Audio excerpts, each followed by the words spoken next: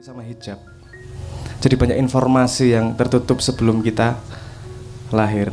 Anda mungkin nggak ingat kalau Anda minta dilahirkan seperti Anda. Dan nulis kurikulum sendiri, nanti aku menanyakan kepada diri saya kenapa saya diciptakan. Nah, jadi kalau konsepnya seperti itu, bahwa Anda ada perjanjian sebelum lahir dan ada alasan dan kurikulum kenapa harus lahir sekarang, itu yang bisa jawab yo Anda sendiri. Kenal lo karo jabang bayimu, kenal lo sama sejatinya dirimu untuk menemukan kenapa kau dilahirkan. Mungkin ada indikasi-indikasi hidup, mungkin ada indikasi-indikasi hidup. Misalnya Anda kok dari kecil aku kena masalah hutang terus ya. Dari kecil kenapa saya jadi pemarah terus ya. Mungkin itu indikasi bahwa PR Anda dalam hidup yang ini adalah untuk mengatasi masalah kemarahan dalam diri Anda. Jadi kalau kita mau melihat agak lebar mundur ke belakang sedikit, akan terlihat tren dalam hidup apa yang terjadi. Mungkin kita bisa membaca di situ kenapa kita dilahirkan, kenapa kita hidup.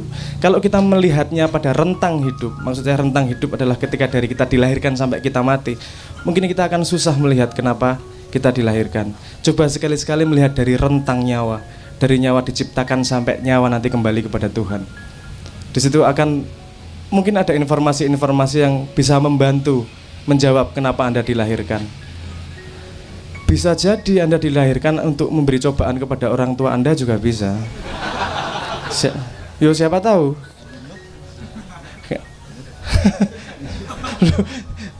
Bukan berarti bahwa itu adalah hal yang buruk.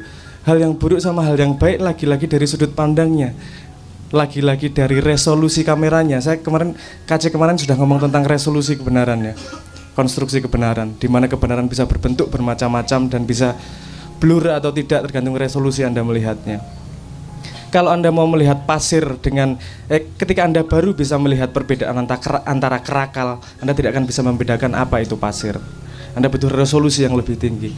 Resolusi yang lebih tinggi bagaimana? Dengan mengenali diri Anda sendiri dan bisa melihat apa yang halus di baliknya ternyata PR Anda dalam hidup Anda. Itu sepertinya jawaban, itu pertanyaan bersama dengan jawaban unik masing-masing yang harus dijawab. Ya, di situ ketika Anda menemukan dirimu, maka di situ Anda menemukan Tuhan. Nggak bisa ketika Anda menemukan diri teman Anda menemukan Tuhannya teman Anda nanti. Nah, mungkin jawaban saya yang tidak memuaskan ini adalah bagian dari tugas Anda. Kenapa Anda dilahirkan agar mumet. Matur nuwun. Sebentar Mas Abrang, ini satu lagi sepertinya perlu sampean yang jawab juga. Soal rasio, kayaknya di sebelah sana Mu'tazilah itu. Jadi satu sisi Tuhan mengatakan laisa kamislihi syai'un, ia tidak seperti apa yang digambarkan. Satu sisi ia nurun ala nurin gitu. Dia cahaya di atas cahaya. Sejauh ini apa sih pencapaian manusia soal yang berangkat dari rasio tentang ketuhanan tersebut? Mungkin pertanyaannya seperti itu. Kok diuncal kayak soal film loh, yuk menjawab ngene-ngene. Ya, oke,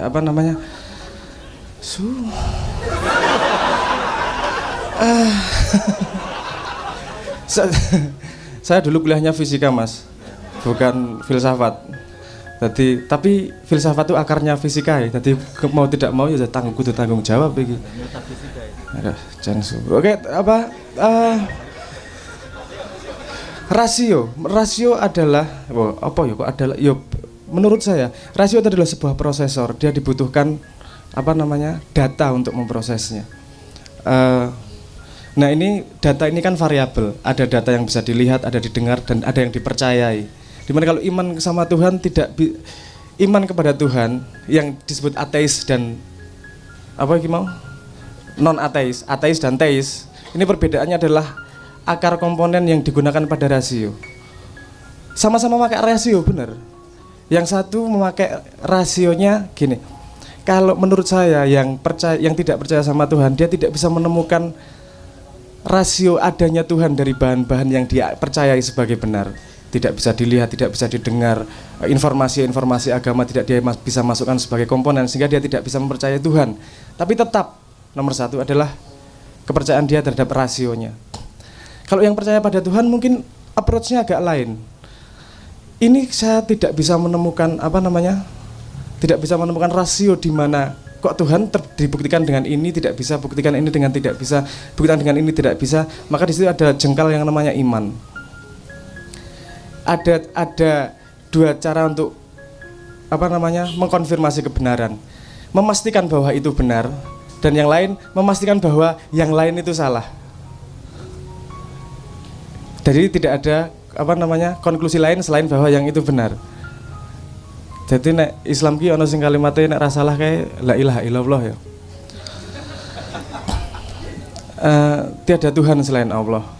Jadi ada kalimat tiada Tuhan dulu. Jadi dia pastikan bahwa ini Tuhan bukan, ini Tuhan bukan, ini Tuhan bukan. Ternyata bukan semua. Terus dia ada koneksi-koneksi di situ yang tidak mungkin dijelaskan. Iki nek fisika, aku tak ngomong soal fisika saiki. Bukti Tuhan itu empiris, Mas. Neng aku kudu jelaskan dengan eksperimen fisika iki ya. Ya ora apa-apa lah. Modar urusanmu. Gini, kalau di fisika ada yang namanya slit eksperimen. Bayangkan di belakang ada layar. Di sini ada sumber cahaya. Di antara layar dan sumber cahaya ada satu lagi layar yang dibelah, ada lubang di tengahnya. Ketika cahaya dihidupkan, di layar yang belakang gambarnya gimana? Gimana? Terang, gelap gitu ya? Pendar gitu ya? Oke. Sekarang dibuat percobaan lagi, lubangnya ada dua, double slit eksperimen namanya. Double slit, slitnya ada dua. Slit ya, itu silit. Lubang, ya memang bentuknya kayak silit sih, tapi slit maksudnya. Jadi ada dua lubang cahaya di situ yang ditembakkan cahayanya. Cret. Di belakangnya gimana gambarnya? Terang, gelap, tapi dua garis gitu. Tidak, yang terjadi tidak seperti itu. Yang terjadi adalah gelap, terang, gelap, terang, gelap, terang, gelap, terang. Ini signifikansinya apa? Kalau yang satu terang dan sampingnya sama-sama gelap, itu sifatnya kan seperti partikel. Koyo pasir, dilempar situ, yang paling tengah terang, yang samping gelap. Kalau yang tiba-tiba garis hitam putih itu tadi, itu sifatnya seperti gelombang. Kalau gelombangnya seperti neng banyu kayak loh, ada gelombang, ada dua lubang, nanti saling bertabrakan. Kalau yang saling menguatkan dia jadi terang, yang saling menghancurkan dia jadi gelap. Gelap terang, gelap terang. Ini sama-sama cahaya tapi punya dua sifat. Yang satu sifatnya partikel, yang satu sifatnya gelombang. Terus dibuatlah eksperimen. Ini kalau dia partikel kan ada partikel terkecilnya di cahaya yang disebut sebagai foton namanya. Kemudian dikasih detektor di salah satu slitnya. Aku kok eling silit terus loh. Salah. Di salah satu slitnya agar dia tahu ini fotonnya lewat kanan atau lewat kiri. Ditembakkan satu demi satu fotonya. Das. Apa yang terjadi?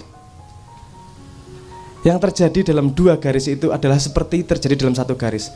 Terang, semakin gelap. Ditembakkan satu demi satu. Kalau nggak ada detektornya ini tadi, tetap dia bersifat gelombang. Ini signifikansinya apa? Perbedaan antara eksperimen A dan eksperimen B yang ada detektor A dan tidaknya, itu bedanya hanyalah kita tahu informasi cahayanya lewat mana. Jadi potensi yang namanya gelombang, dia memanifestasi menjadi benda ketika kita tahu informasi. Bedanya cuma itu, informasi. Berarti ada orang yang mengamati, menyerap informasi. Perubahan dari potensi menjadi informasi, benda jadi benda itu perbedaannya hanya ada yang mengawasi, ada kesadaran yang melihat, memproses informasi itu. Gampangnya gitu ya. Terus pertanyaan berikutnya, loh iki jagat raya ono kabeh. Ini bukan gelombang ini partikel-partikel yang sudah memanifestasi ini. Ini jadi proton, jadi neutron, jadi bintang, jadi apa, ini udah jadi semua ini. Terus yang mengamati siapa? Pertanyaannya seperti itu. Terus yang mengamati jagat raya ini siapa? Yang membedakan dari potensi menjadi partikel itu tadi adalah ada kesadaran yang mengamati. Terus kesadaran siapa ini yang mengamati? Tidak punya jawabannya mereka. menemukan jawabannya di agama. Ojo-ojo ki sing disebut Tuhan kae yo. Tapi karena gengsi yang ngomongnya kesadaran kosmos atau kesadaran yang lebih besar misalnya seperti itu. Tapi kalau Anda lihat mungkin sekitar tahun 1930-40-an itu ketika eksperimen itu populer, banyak yang jadi pendeta, banyak yang ke agama dan segala macam. Karena mereka sadar bahwa ada komponen-komponen yang ternyata sains ini masih muda juga untuk mencoba memahami alam. Ada mungkin agama yang sudah punya jawabannya walaupun belum kita tahu sebabnya. Menurut saya bedanya ateis sama teisme adalah rentang iman di situ. Kita percaya sama Tuhan, percaya sama itu, urusannya kan ya urusan percaya. Percaya dulu, kita mencari buktinya kemudian. Bukan mencari buktinya sehingga percaya. Wong kita membuktikan ini hari Jumat aja nggak bisa kok. Apa buktinya hari Jumat? Jumatan, gue Jumatan gara-gara apa? Gara-gara Jumatan bolak-balik kowe wong kentir kowe orang. Enggak. Jumat kan karena persetujuan. Urusannya persetujuan bersama bahwa ini adalah Jumat. Anda lupa dulu ada 10 hari yang hilang dimajukan. Jumat sebenarnya nggak jadi Jumat. Udah dimasukin Juli sama Agustus. Apa benar-benar Jumat? Ini kan urusan persetujuan. Kita membuktikan ini hari Jumat sebenarnya Jumat menurut Allah Subhanahu wa taala aja nggak bisa. Jangan itu iman juga sebenarnya. Iman yang tidak diamini mungkin. Tapi itu persetujuan bersama. Nah menurut saya rasio itu sangat perlu karena saya langsung nyambung ke tema ini karena kesempatan terbuka. Rasio itu sangat perlu karena begini, kalau setahu saya membaca Quran, membaca alam, mencari kebenaran itu kan butuh, katanya membaca Quran harus suci. Suci kuwi piye? Wudu, ngono ya. Itu suci wadak. Kan harus suci pikir juga. Jangan lupa, nggak hanya suci wadak, perlu juga suci fikir. Sekarang kita tarik dari informasi yang ada tentang suci wadak. Suci wadak itu bicara nih, wudu dengan kategori airnya ada nggak? Ada air mutlak, ada air musamas, mustakmal, mutanajis, gitu ya. Air mutlak adalah air yang bersih, benar-benar bersih. Kalau air musamas adalah air yang udah kena panas, udah kena matahari gitu ya. Masih bisa buat wudu. Masih bisa. Oke, kalau air mustakmal, air yang sudah dipakai, bisa dipakai wudu atau enggak? Enggak bisa ya. Kalau air mutanajis, air yang sudah mengandung najis. Oke, kalau dalam pikiran, bersuci pikiran, kan kita butuh rasio untuk menentukan mana wudunya pikiran dengan air yang mana. Kalau dalam pikiran yang disebut sebagai air mutlak itu yang seperti apa? Ini nyambung kepada dulu-dulu Cak Nun pernah ngomong bahwa ilmu paling murni itu ya disiplin matematika. Karena menurut saya air mutlak adalah matematika di situ. Disiplin rasio, bahasa alam semesta, bahasa rasio, bahasa kemurnian. Karena kenapa dia murni? Karena kita tidak terlibat di dalamnya. 4 tambah 4 Anda pendukung Jokowi atau pembenci Jokowi sama dengan 8, nggak ada bedanya. Kita tidak terlibat sama sekali di situ. Matematika adalah matematika, dia berdiri sendiri. Bagaimana kita mengikuti fakta tanpa kita ikut terlibat di dalamnya. Yang paling suci di situ. Yang kedua adalah air musamas, air yang sudah berhubungan dengan dengan alam ya, matahari dan seterusnya. Itu kalau di ilmu saya nyebutnya ilmu fisika. Ilmu fisika karena fisika itu belajar tentang alam. Pendapat dia tentang kejadian di alam tidak penting. Kalau kelapa jatuh ya kelapa jatuh, kecepatan segitu.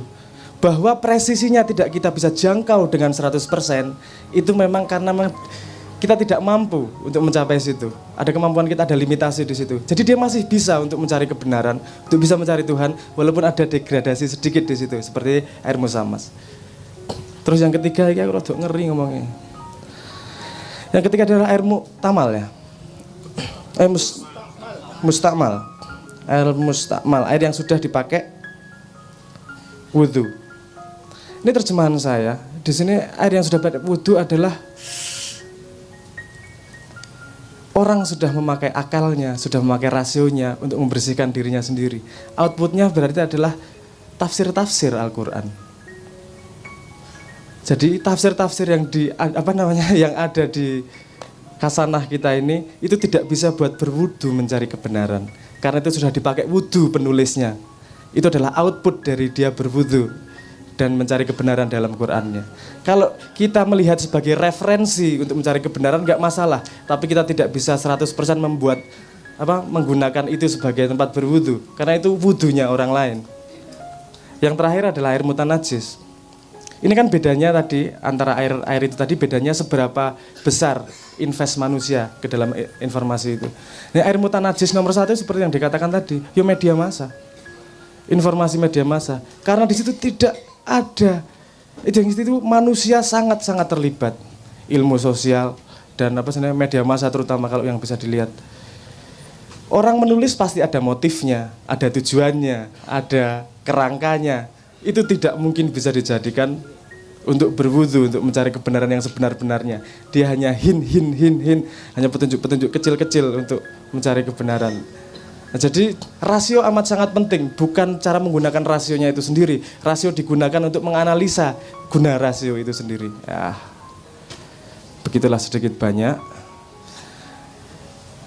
Piye rasiomu wis umup rong iki. Jadi saya ingin mengatakan bahwa rasio amat sangat penting, karena agama diciptakan untuk orang-orang yang berakal, dan akal itu salah satu senjata utamanya itu yang namanya rasio. Bahwa kita menuhankan rasio, kita menuhankan uang, menuhankan apa, itu kita terjebak dalam, kalau kepercayaan yang sudah kita percaya ya kita terjebak dalam la ilaha. Tapi diperlukan itu mungkin dalam perjalanan setiap orang, karena PR orang masing-masing untuk menemukan ilallahnya, asal tidak pernah kita berhenti mencari dalam hidup kita. Ngoten dhisik. Matur nuwun. Assalamualaikum warahmatullahi wabarakatuh.